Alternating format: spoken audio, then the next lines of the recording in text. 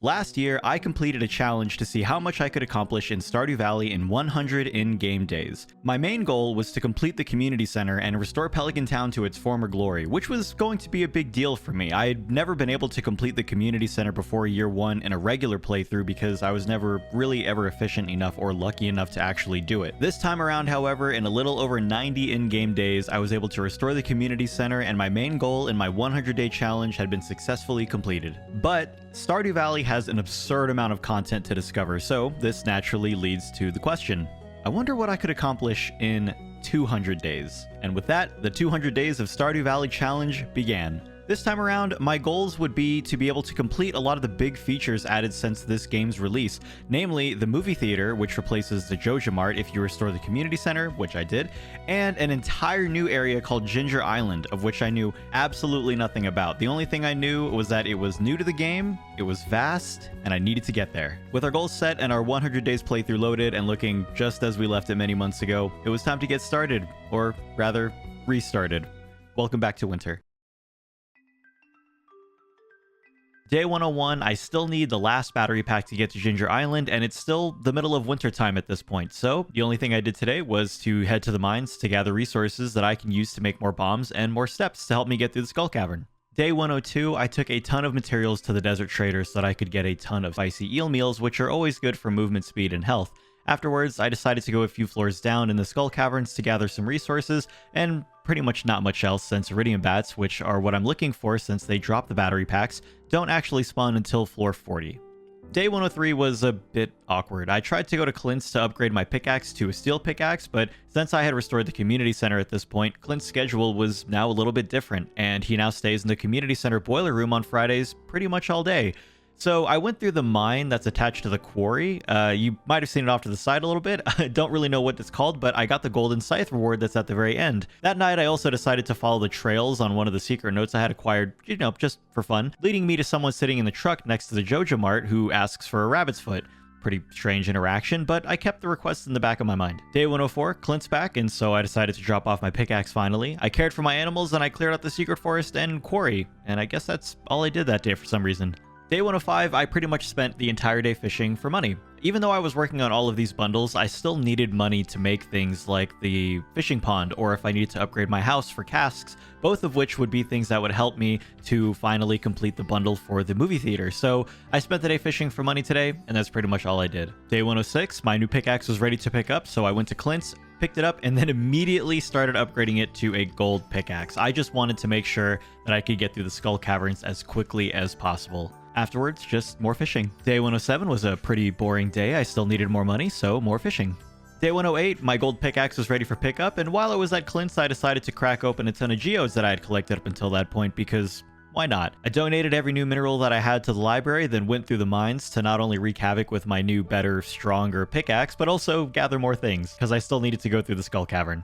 Day 109, and it's the Feast of the Winter Star event. My day started off pretty lucky as my rabbit had given me a rabbit foot that morning, and I remembered about that weird person outside Joja Mart in that truck who wanted it, so against my better judgment, I kept it to give it to them the next day. Afterwards, I headed into town for the event after caring for my animals. I was the secret Santa for Maru, so I gave her something she loves, which was a nice big diamond, which was fairly easy since it seems like most everybody loves diamonds. Linus was my secret Santa. I have no idea what I was expecting, but I can tell you it wasn't wine, which was a very generous gift coming from Linus considering the whole, living out of a tent thing. Day 110, I did a little fishing in the morning and then remembered about the rabbit's foot, so I brought it to the driver outside Joja Mart, who actually rewards you with a nice little charm that permanently increases your luck. It's a bit weird of a reward, but it's really cool. Day 111, I'm lucky enough during fishing to catch a sturgeon, which I need to help make caviar for the missing bundle, but in my quickness and distraction that night when I was selling things in the shipping bin, I accidentally sold it and couldn't save it in time. Day 112, I decided to try my luck at the Skull Caverns finally, and I was able to make it past level 40 to start seeing the iridium bats, which again drop the battery packs that I'm missing. Unfortunately, it got pretty late at that point, so I was only able to kill a few before calling it a night, ultimately going home with no battery packs. Day 113, and it is the first day of spring, so progress to the Skull Cavern is going to have to take a backseat to now planning out for my money situation. I bought a ton of cauliflower from Pierre, spent basically the entire day planting it, and so just like every other start of the season, ended up not doing anything else except planting crops that day. Day 114 was spent fishing, I guess, both in the mountains and in the ocean. I don't really recall exactly why I spent all day fishing. I think I just needed some money, but regardless, the only interesting thing that I guess happened this day was I accidentally stayed out too late when I was putting things in my storage, and so I passed out. But beyond that, I think that was pretty much it. Day 115, I went to the spa to refill my energy from last night's little weird fiasco where I ended up passing out outside just in case. Ended up not really being for anything, as I ended up just spending the day clearing out a small section of my farm and smelting ore into bars, most likely to get ready for making better sprinklers and just better tools in general. Day 116, I spent the entire day pretty much fishing for money, and I think this is a good opportunity to kind of talk about what my plan is at this point. So as you saw before, I accidentally sold a sturgeon that was really important for getting caviar if I wanted to complete the missing bundle for the movie theater. But with me accidentally selling it, it means that my access to a sturgeon was not going to happen until summer. So whenever I can, I'll fish for money so that I can work on getting my house upgrade as soon as possible. That way I can get casks so that I can work on getting gold quality wine for the missing bundle. Day 117, I didn't do much today. Can't remember why. I just kind of did miscellaneous chores on my farm and then in town. Day 118, I cracked a ton of geodes to start filling up the library because I wanted to get the sewer key from Gunther as soon as possible. In case you didn't know, in order to get the sewer key from Gunther, in order for you to access the sewer and then of course meet Krobus, you have to donate at least 50 things to the library, so that's what I did today. I also had a pretty funny interaction with Demetrius regarding Maru. You know, Demetrius just kind of goes into full-on dad mode, and I think it's actually pretty awesome. Speaking of getting the key to the sewers, on day 119, we are met by Gunther immediately to give us the key to the sewer so we can finally meet Krobus soon. For now, we just did more fishing. Day 120, I meet with Krobus in the sewer, and really the only thing that I want Krobus for, or I guess have access to, is the ability to buy iridium sprinklers later on. Day 121, and another reason I needed access to the sewer was so that I could have access to the sewer cave, which allowed me to recover the Dark Talisman for the wizard, a quest which I started during the first 100 days of this playthrough. Day 122 was basically all about the wizard. I took the Dark Talisman I acquired yesterday to the cave in the corner of the railroad area to unlock the cave to the Witch's Swamp. There's a goblin blocking the path, but he can be moved by giving him some void mayonnaise, which you're actually able to fish up in the swamp. Once the goblin moved and I made my way into the witch's hut, there are these three weird statues. I kind of read them, but they were very cryptic in what they meant, so I just left them alone for now as I wasn't really sure exactly what would happen. Inside the room is actually a rune, which is also a teleporter, which teleports you to a hallway which contained a giant statue, something that seemed to indicate that you could change your appearance for a small fee, which I thought was really neat. The exit to this hallway actually leads out to the wizard's tower instead of back to the swamp, where he reminisces about how the witch might be holding up, kind of subtly indicating that they were a thing before. Day 123 and day 124 are the exact same thing. I spent the entire day on both days pretty much just fishing. Day 125 is the day of the Egg Festival, and I know that up until recently I had basically been skipping every event, as for the most part they don't really contribute much to what we're trying to do in the challenge, but I just could not resist the Egg Festival. I love doing the egg hunt, and I love winning the egg hunt as well. I actually also wanted to see what the reward was for winning the second year in a row, and it was pretty boring. It was like 1,000 gold. Day 126 and the day we've been waiting for is finally here. Instead of making my way to the Skull Caverns to see if I could maybe try my hand at another battery pack, this is a day where the traveling merchant is here since it's Sunday, and luckily the merchant finally had our 5th and final battery pack that we needed to get the boat running at Willie's so that we could go to Ginger Island. After turning in all my resources so Robin and Willie can finally fix up the boat, I headed to Pierre's and bought more cauliflower seeds just to ensure that I keep making money as much as possible. Day 127, I immediately make my way to Ginger Island. Now Ginger Island is a feature that wasn't in the game before I had started this challenge, and so I had no idea what to expect or what was going on. When I first got to the island, I met a strange young boy who appears to have befriended the mass amount of parrots that have inhabited the island. There's also an archaeologist tent with no archaeologist in sight, and a gigantic volcano with a cave system similar to the mines that are in Pelican Town. I decided to try and make my way through the volcano as much as possible to see if I could get a hint as to maybe even what to do or where to begin, but I wasn't able to make it very far before having to warp Totem back home before 2 a.m. eventually came. Day 128, before heading back to Ginger Island, I decided to head to the Witch's Swamp to fish out a void salmon, one of the things that I need for the missing bundle for the movie theater. Back on Ginger Island, I realized that it is time for a bit of a weapon upgrade. The monsters in the volcano were taking way too long to beat with my current sword, so I took a prismatic shard to the desert and acquired the Galaxy Sword, a much stronger weapon and one that would definitely help me get through the volcano much more quickly. At least, I hope so. Day 129 back on Ginger Island, I start going around to try and find a lot of these golden walnuts. I'm going around and noticing that certain outposts on the island are requesting various amounts, most likely to repair them for me to use later, so that was what I did all day.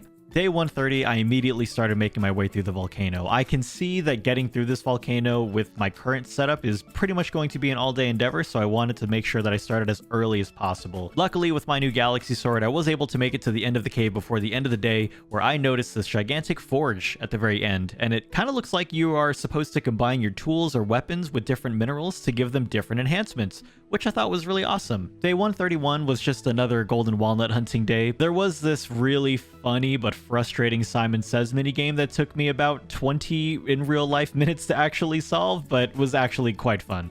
Day 132, we meet a woman on the west side of the beach on Ginger Island who is fishing, and she says that she's been there for a while and hasn't seen anyone else for a very long time. She gives us an old photograph that washed up on shore, asking us to hopefully use it to find a keepsake of her husband's who was lost at sea many years ago. We also finally meet Leo, the young boy who's been living out on this island all of his life.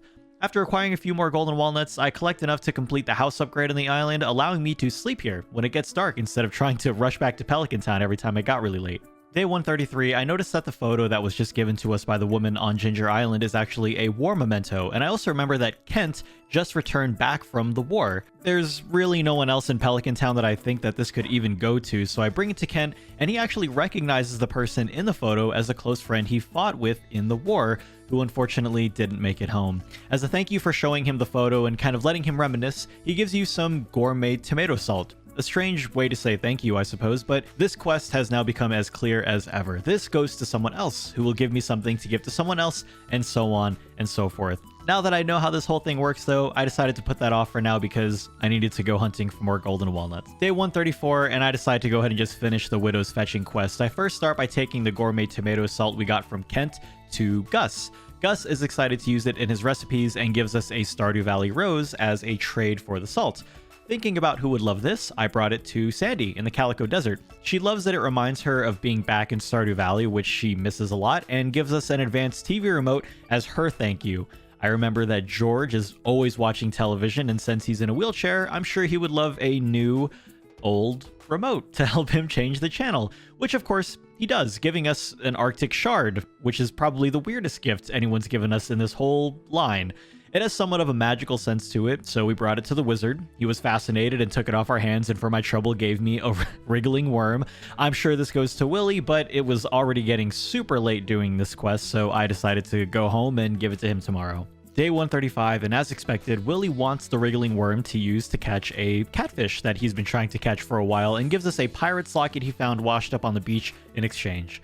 All things come full circle when we return the locket to the widow we met on Ginger Island, who recognizes the locket as her old husband's locket. As a thank you, she teaches me how to make fairy dust and also gives me some golden walnuts. The rest of the day was spent hunting for more, finally getting enough to restore the bridge outside the archaeologist's hut, also freeing Professor Snail, who was stuck in the cave on the island as well. Day 136 is the day of the Flower Dance Festival, but at this point, really, there's nothing that this event will do for me with my current goals, so I just skip it. But because of the event, I forgot that this actually closes down Willie's shop, which was my only way currently to get to Ginger Island, which meant that I was basically stuck here. So instead of going to the event, I ended up just staying on the farm all day and doing a little maintenance, as I felt like that was a bit more important than going to the event. Day 137, before heading to Ginger Island, I stop by Robin's shop to have her start working on my horse stable. Not super necessary, but it will make heading to the beach much faster, and I just enjoy riding around on a horse in this game in general. At Ginger Island, I proceeded to just start making my way through the volcano again, trying to find as many golden walnuts as I could to keep on repairing parts of the island. Day 138, it was pretty much the exact same as the day before, except this time I went ahead and threw all sense of self-care out the window when I decided to stay in the volcano until I passed out, because I figured, you know, it was worth it to explore as much as possible, and having just a little bit less energy the next day was really no big deal.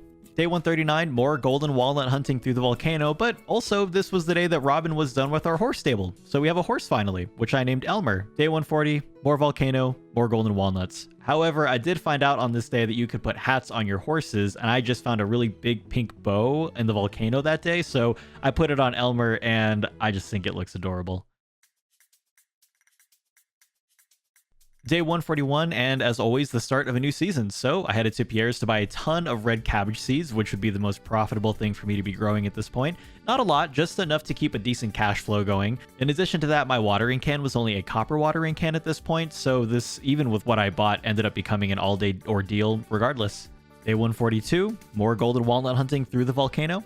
Day 143, as counterproductive as this was, I decided to break up the monotony of just golden walnut hunting by going back to Pelican Town to work on gathering resources once again for the movie theater. But then immediately the next day on day 144, I'm back in the volcano trying to find more golden walnuts. It should also be noted, by the way, that this was before I found out that there was a certain amount of golden walnuts you can get in the volcano. I don't think I got them all at this point, but I'm going through it because I just have no idea. Day 145, I stayed the night on the island on the previous night so that I could immediately just start working through the volcano again. Day 146, I'm not even gonna lie to you. I just stayed on the farm all day and did some good old-fashioned farm work, and I cannot remember why, but that's all I did that day. Day 147, stayed in Pelican Town, did some errands, which involved cracking a ton of geodes, making donations to the museum, and then prepping some ore to be smelted into bars for, once again, either upgraded tools or even more sprinklers. Afterwards, I did go to Ginger Island and back into the volcano for more golden walnut hunting, as always. I used day 148 as an opportunity to finally use, for the first time, the forge that I found in the volcano. However, when I got there ready to go with all of my minerals and all of my tools, I forgot that you actually need red shards to complete the upgrade, so I went golden walnut hunting instead, since the red shards that I had accumulated up until that point were on my farm back in Pelican Town, and that would have just taken up way too much time. One cool thing that did happen today was that I found this fishing spot that not only lasted for almost 4 in-game hours, but it also gave me all the golden walnuts you could find by fishing, which was pretty cool. It meant I didn't have to do that anymore as I continued to hunt for more. Day 149, I decided to spend a little bit of the morning hunting for golden walnuts on Ginger Island before heading back to do some farm work back in Pelican Town. Day 150, and our red cabbages are ready to be harvested. Now that these crops were fully grown and harvested to make space for more, I used this as an opportunity to upgrade my sprinklers to iridium sprinklers. What was really awkward though was that it was Wednesday, so okay, I had to wait until tomorrow to get more seeds from Pierre's.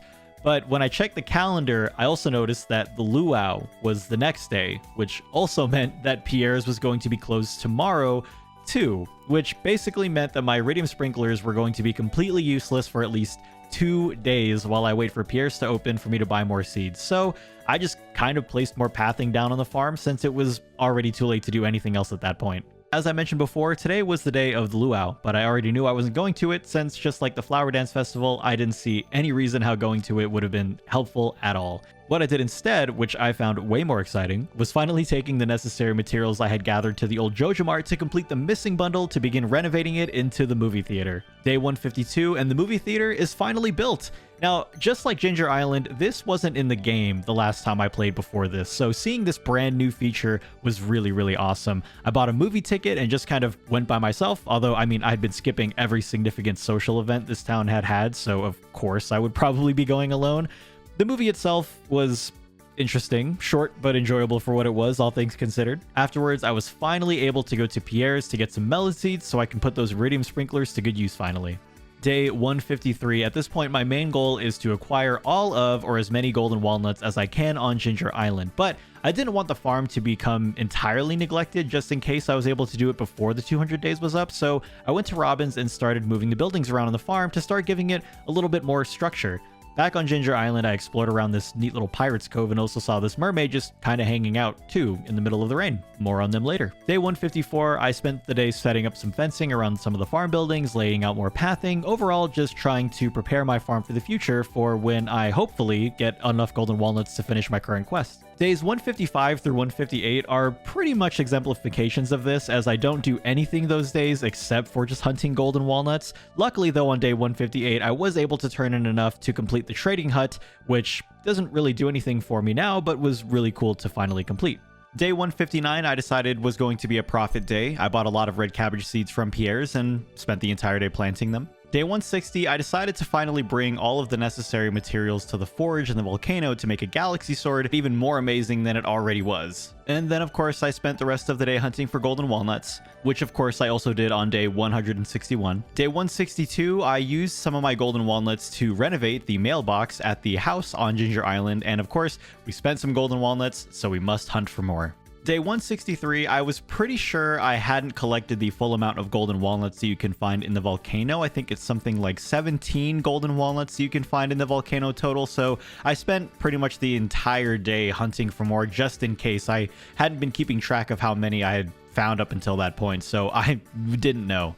Day 164, other than panning for fossils for the archaeologist, or of course hunting for more golden walnuts, the coolest thing that happened was a witch visited our barn that night, which is always a fun sight. Day 165, I've started to prioritize panning and fishing for skeletal remains for the archaeologist. He has these displays in the back of his tent, and if you bring him all the remains of one of them, he gives you a handful of golden walnuts. So this is something that you'll see I start doing a little bit more often, but I pretty much spent the entirety of my day today doing that. Day 166, as I mentioned before, panning and fishing for the skeletal remains ended up being the only thing that I did that day. Later that night though, I did do something cool. I stopped by the pirate cove because after 8 p.m. a bunch of pirates are actually there throwing a party. I ended up playing this really cool dart game over and over again for some golden walnuts from one of the pirates. It was a pretty cool experience. I really enjoyed this little area. Day 167, our days of hunting for golden walnuts all day is now behind us, as I spent the entire day panning and fishing again. Day 168 and the last day of summer. I have to admit, I have a very soft spot for the Dance of the Moonlight Jellies. It does absolutely nothing for this type of playthrough. It didn't do anything for the first 100 days that I did it, and it certainly doesn't do anything here, but the music and the setting and the environment, it's just too good to pass up. So of course I had to spend the night hanging out at the Dance of the Moonlight Jellies. Day 169, the first day of fall, and cranberries are the most profitable thing to start the season, so I bought about 200 seeds worth. I probably would have bought more, but I decided to redo my crop section a bit. I was actually somehow able to redo my fields, water, and plant every seed I had purchased, which was pretty cool considering the amount that I bought. Day 170, now that my crops on my farm were squared away for at least a while, I went back to good old panning and fishing on Ginger Island. Day 171, I decided that this was pretty much going to be the last day that I attempt to go through the volcano. As I mentioned before, there are only 17 total walnuts that you can find, and I thought, you know, if I didn't find any today, I probably got them all. Of course, by the end of the day, I didn't find any, so I assumed I probably got them all, and I basically never go back to the volcano ever again. Day 172 was a very interesting day. So on the left side of Ginger Island is this purple door with a golden walnut on it, and it says to return once you've collected 100 total walnuts. You didn't need them on you at the time, just that you've discovered 100 of them. Well, today was the day I finally did that. I went to the door, stepped inside, and entered into what looked like a strange high-tech room. Here I met Mr. Key. He tells us that he admires our achievement before informing us that this was just one of many challenges he has for us. He also kind of hints that he might be influencing the things that are occurring on not only Ginger Island, but also Pelican Town, which was kind of creepy. Anyway, so the board on the left has different tasks you can do in a certain time period, and if you can do it, you get key gems. There's a board to the right of Mr. Key where you can spend these gems, and you can get really cool things like a horse flute to call your horse wherever you wanted, or Pierre's missing stock list. But the thing that I really wanted the most was the key to the town, which says that it gives you access to every building at any time of the day. So I accepted the quest to get to the bottom of the mine in Pelican Town. And even though the progress was reset, surely it couldn't be much different or much more difficult than before, right? Day 173, it turns out the mines were very much different and much more difficult. I bought a ton of bombs from our dwarf friend outside the mine and just tried to get through it as quickly as possible. I did the same thing all day on day 174 as well. Just try and get through the mines as quickly as possible. But on day 175, I realized that this was actually the final day that I was able to attempt to do this, and I had made it a measly 58 out of 120 levels. So I packed it up, and I decided I would get a different quest from Mr. Key the very next day. Day 178 and the cranberries on our farm are finished, so I spent the morning plucking that day's profits, selling them to Pierre and a ton of other stuff, and then headed back to Ginger Island to see what new quests Mr. Key had on his board.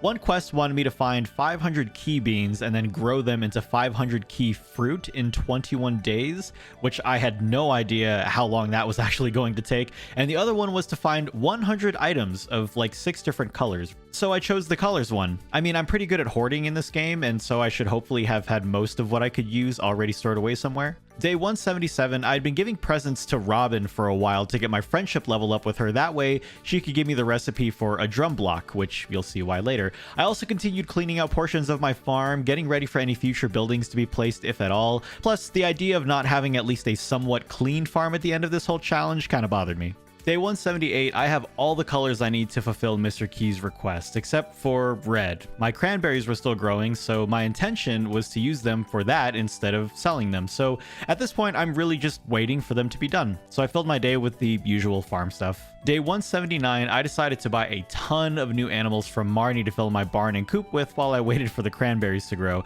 I remembered I still hadn't completed one section of the archaeologist hut as well before I got distracted by Mr. Key's request, so I tried to hunt it down with no success. Day 180, I decided that if I was going to potentially keep this save file going after this challenge was over, I wanted to make sure that my future self didn't have too much work to do on the farm. So I decided to spend the day increasing the area of space where I grow crops, which is something I somehow ended up taking all day doing. Day 181, finally, my cranberries are ready to harvest, so it's time to complete this quest.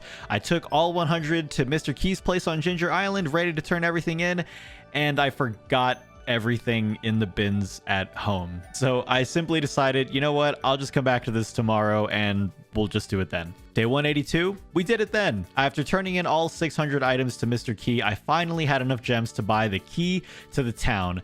Finally, I could go to Pierre's after hours and, I don't know, shoplift? I mean, I guess like you can go into them, but they still don't, you still can't buy stuff from them. Business hours are still business hours. Day 183, as you've seen before, once you complete or even fail a key quest, you can get another one the very next day, and the next day's quests were exactly the same as the ones before, except this time I decided to try my luck at the key bean quest, the one I mentioned earlier about having to plant 500 beans and then make 500 fruit. They both had a 14-day time limit anyway, and I'd already did the other one, so I thought, well, this would be a cool way to finish this challenge. So I accepted it and began hunting for key beans immediately, and when he says they're hidden throughout the world, he means they're hidden throughout the world. Coconut trees, stones, boxes in the mines, anything and everything that could potentially carry a key bean, you could destroy and maybe find one. I once again thought, how hard could this be? Which we've seen before. Day 184, at this point, I am just public enemy number 1 to every tree that I come across. My first target was Cindersap Forest. I went down to Cindersap this day and I just found and just destroyed every tree that I could find. I found a decent amount of key beans, but certainly nowhere near enough as the time kept on ticking. Day 185, now that Cindersap Forest was completely deforested, it was time for every tree on Ginger Island to also feel the wrath of Mr. Key's quest.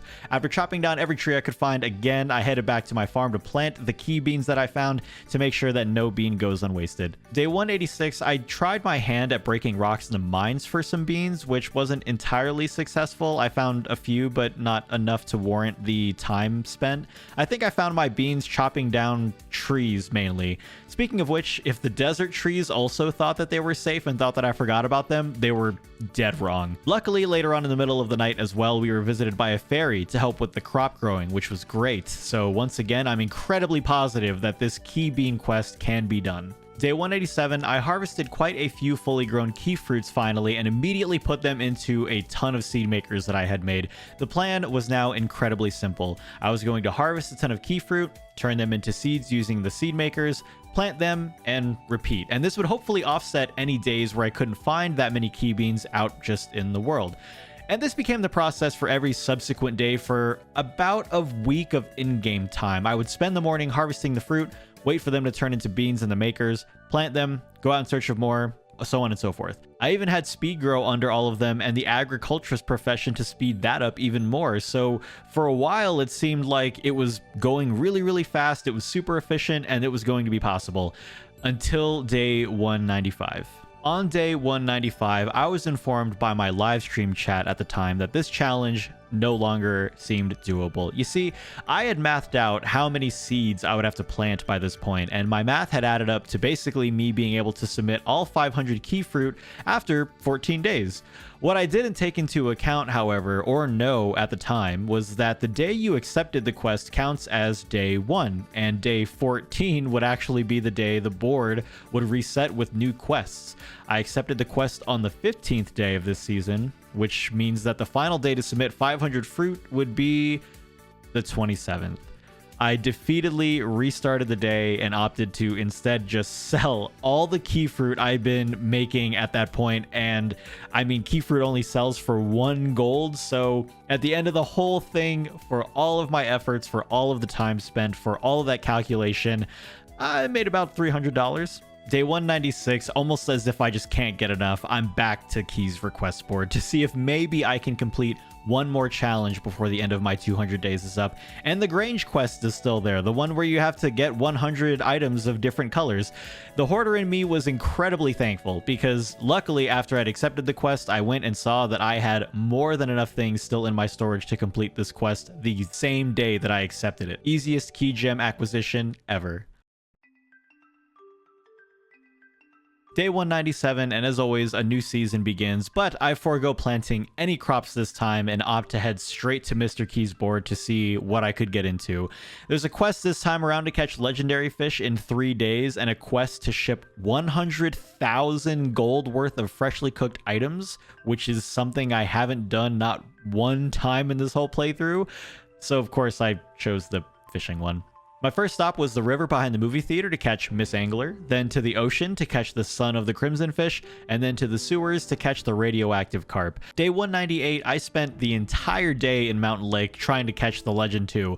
This one was definitely the hardest out of all of them. I think I was there from the morning until pretty much about 5 p.m.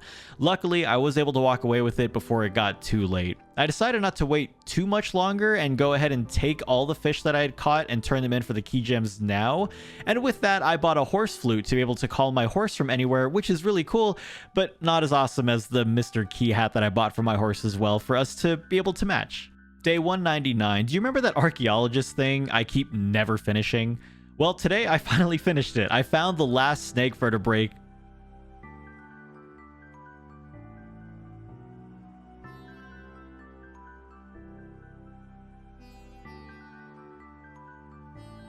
Day 200 was a day of fun. I spent some time at the arcade in the movie theater doing this really cool claw machine game you can use to get some pretty cool items.